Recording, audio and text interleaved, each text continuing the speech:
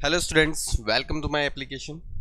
तो students, start करेंगे revision lecture. अब देखो, ये जो रिवीजन लेक्चर है उसमें आपको सबसे पहले जो एग्जाम के अंदर जो फिल इन द ब्लैंक और जो एमसीक्यू वगैरह आते हैं ना, उसको सेपरेटली मतलब सिर्फ एमसीक्यू के लिए रेडी करने के बेटर है कि आप एक बार सभी चीज़ों को रिवाइज कर लें। तो मैं आपको थोड़े बहुत यहाँ पर रिवीजन लेक्चर के तौर पे जितना भी बता रहा हूँ उस चीज़ों पे आप एक बार नोट डाउन करते हैं, ठीक है। तो चलिए देखो, सबसे पहले तो कैपिटल गेन के जो बेसिस ऑफ चार्ज है, मतलब सेक्शन 45 है। सेक्शन 45 के हिसाब से हम उसका कैलकुलेशन करेंगे और सेक्शन 45 जो है वहाँ से कैपिटल गेन का शुरू होता है, ठीक है। तो कैपिटल गेन में आपको कंडीशन भी याद रखनी है, हो सकता है एमसीक्यू में पूछ ले। तो तीन कंडीशन है कि एक तो it must be a capital asset होनी जरूरी है। फिर दूसरी कंडीशन है it must be transfer during the previous year, मतलब during the previous year transfer होना बहुत ज़रूरी है। मतलब अपना प्रीवियस ईयर कौन सा है, जैसे इस साल अगर आप पढ़ोगे तो आपका इस साल का जो प्रीवियस ईयर है 2022 और 23, ओके। आप 2022-23 प्रीवियस ईयर के हिसाब से कैलकुलेशन कर रहे हो, तो इस साल आपने कोई भी कैपिटल एसेट को क्या किया है, ट्रांसफर किया है। तो फिर आपको उसके ट्रांसफर पे अगर गेन होता है तो आपको उसके ऊपर टैक्स भरना पड़ेगा। कितना टैक्स भरना पड़ेगा वो भी हम देखने वाले हैं। और तीसरी बात कि ट्रांसफरर जो एसेट को ट्रांसफर कर रहा है ना, वो ओनर होना चाहिए उस एसेट का। मतलब जो एसएसी है वो उस एसेट का ओनर होना चाहिए, मतलब उसका मालिक होना चाहिए। दूसरी बात यहाँ पर यह है कि हम जो सेक्शन अप्लाई करते हैं एग्जेम्पशन, ठीक है। एग्जेम्पशन क्या होता है कि अगर आपके पास समझो 10 लाख का टैक्सेबल कैपिटल गेन आता है तो आपको ये 10 लाख पे टैक्स भरना पड़ेगा। तो उस टैक्स में से आपको कुछ बचाने के लिए, मतलब टैक्स में से बचाने के लिए कुछ लीगल सेक्शन बनाए गए जो आप कायदे के हिसाब से उस टैक्स में से बच सकते हो। लेकिन उसके लिए क्या करना पड़ेगा, तो सरकार बोल रही है देखो सेक्शन 54 में जो हमने बोला है उसे करो। 54B, 54D, 54EC, 54EE, 54F, 54G, 54GA और 54GB, सभी सेक्शन का अपना अपना रोल है, ठीक है।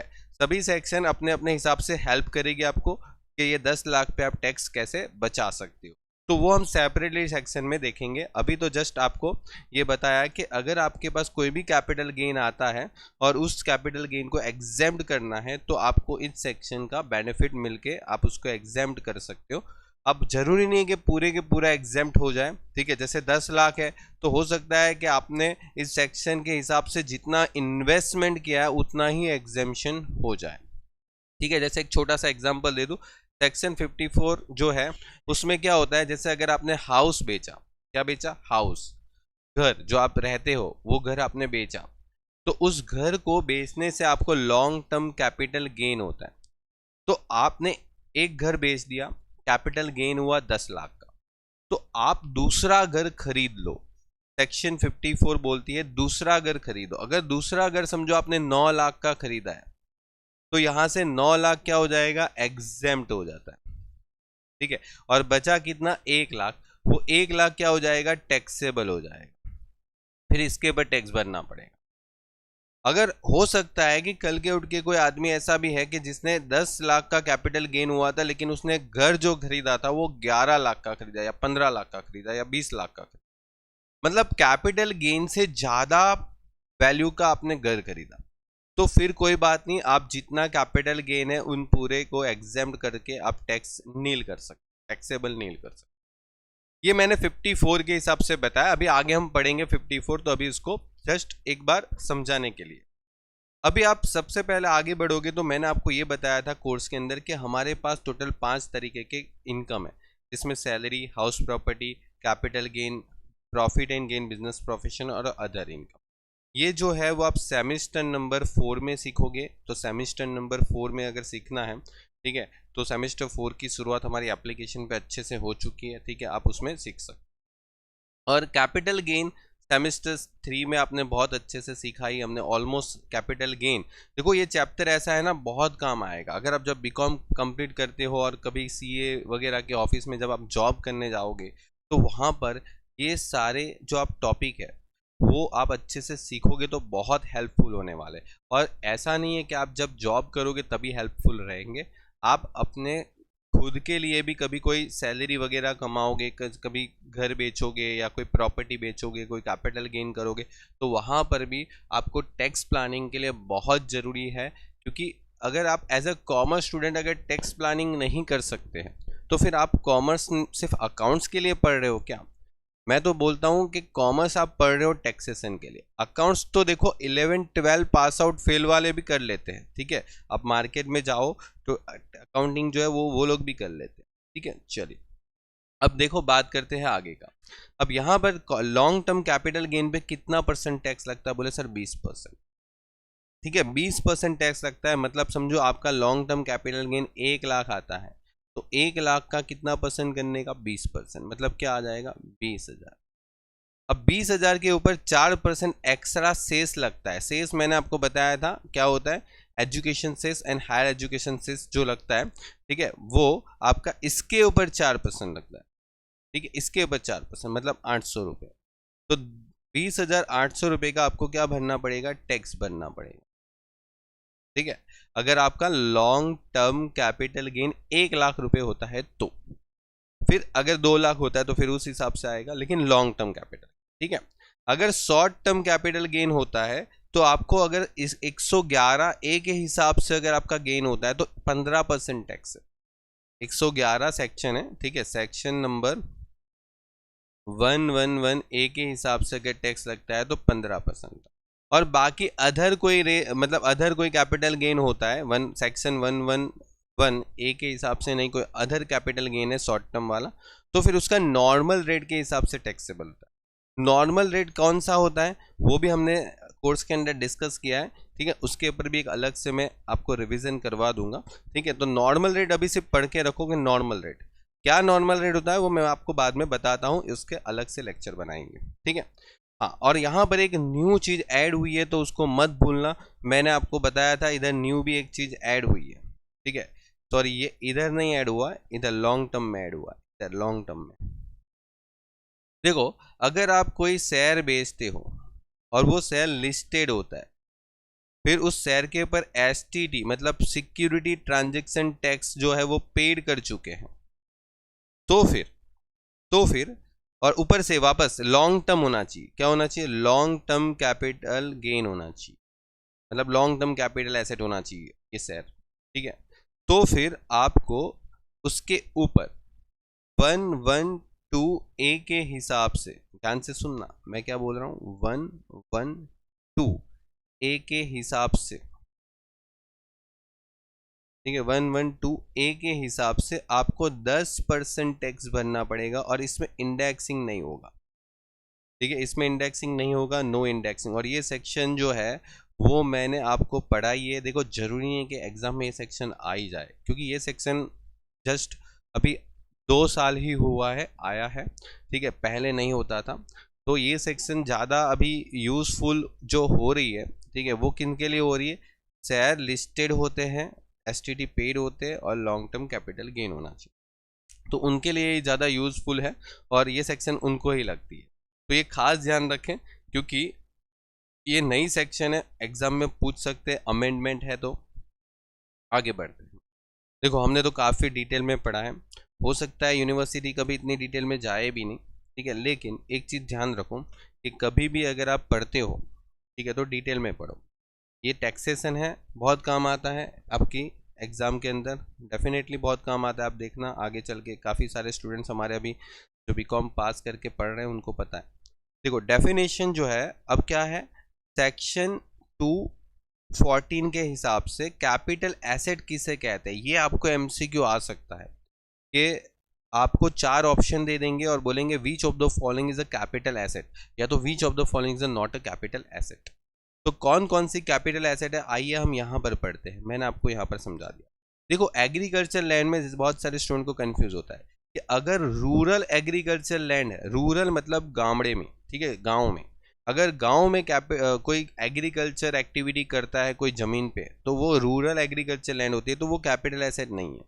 लेकिन अगर अर्बन एरिया में, मतलब शहर में, अगर शहर में कोई ज़मीन है, उसके ऊपर खेती करता है और फिर उस ज़मीन को बेच देता है कभी कभी, ठीक है, तो उस ज़मीन पे कैपिटल एसेट माना जाएगा उस ज़मीन को, और उसको बेचने से कैपिटल गेन होगा, टैक्स भी भरना पड़ेगा, ठीक है, अगर आप एग्जेम्पशन क्लेम नहीं करते हो तो, ठीक है, कंप्लीट।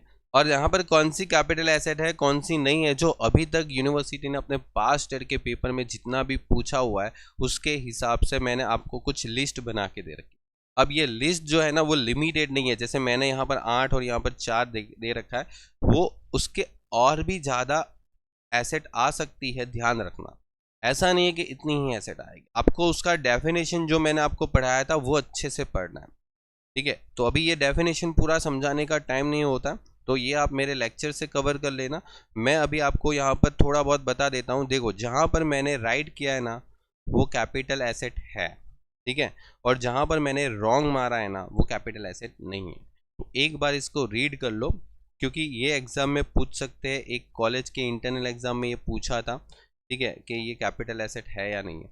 देखो rural agriculture land in India वो भी कैपिटल एसेट नहीं है, कैंसिल किया। स्पेशल बैरर बॉन्ड वो भी कैपिटल एसेट नहीं है, कैंसिल किया। और ये सब चीज़ जो है ना वो कैपिटल एसेट है, देखो कैपिटल एसेट है मैंने लिखा है और राइट भी किया है। तो ध्यान रखना, jewellery, archaeological collection, drawings, paintings, sculptures, any work of art, ये जो 6 चीज़ें हैं वो कैपिटल एसेट आती है, ठीक है। और कोई भी पर्सनल इफेक्ट वाली जो मूवेबल प्रॉपर्टी होती है जो आप रेगुलरली यूज करते हो but excluding this items, okay, तो वो पर्सनल इफेक्ट वाली मूवेबल एसेट जो होती है, लेकिन उसमें ये सब चीज़ इंक्लूड नहीं होती, उसको एक्सक्लूड कर दिया है गवर्नमेंट ने, और जो बचा हुआ है वो पर्सनल इफेक्ट वाला जो रहेगा उसको कैपिटल एसेट नहीं मानेंगे, ठीक है। अगर इन सभी चीज़ों पे पर्सनल इफेक्ट होती भी है तो भी इसको कैपिटल एसेट करना है, क्योंकि गवर्नमेंट ने सेक्शन में ऐसा ही कुछ लिखा है। कैपिटल एसेट की बात करें तो देखो लैंड मतलब जो जमीन है वो, बिल्डिंग, अर्बन एग्रीकल्चर लैंड, देखो लिखा है अर्बन एग्रीकल्चर लैंड, यहाँ पर रूरल एग्रीकल्चर लैंड जो कैपिटल एसेट नहीं है।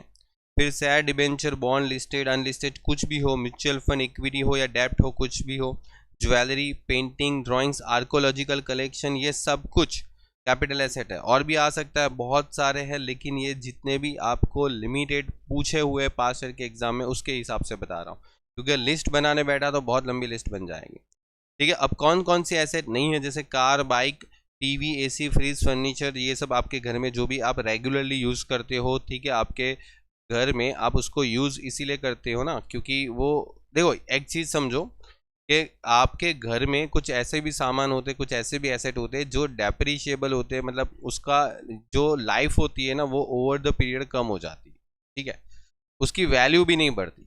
तो नॉर्मली सरकार ने उसी एसेट को कैपिटल गेन की डेफिनेशन से बाहर रखा है, आप थोड़ा सा आइडिया लगा दोगे तो इस तरीके से भी चल जाए। कंप्यूटर, ठीक है, आपके पास लैपटॉप कंप्यूटर है वो भी कैपिटल एसेट नहीं, ओके। और अगर बहुत डिटेल में अगर आपको पढ़ना है तो मैंने जो आपको पूरा डेफिनेशन समझाया था उसको अच्छे से समझो, हो जाएगा। चलिए अब एग्रीकल्चर लैंड किसे कहते हैं, इसके लिए मैंने ये वाली सेक्शन पढ़ाई थी। ये देखो ये जो मैंने आपको बताया था वो एक बार रीड कर लेना, ये एक अच्छे से रीड कर लेना, ठीक है। तो अभी इसके पर नहीं जा रहा हूँ क्योंकि ये चीज़ ऑलमोस्ट मैंने कोर्स के अंदर बहुत अच्छे से बताई है, तो आपको ये वहाँ से पढ़ लेना। चलिए बात करते हैं आगे का। उसके बाद ज्वेलरी, अब ज्वेलरी तो कैपिटल एसेट है, ठीक है।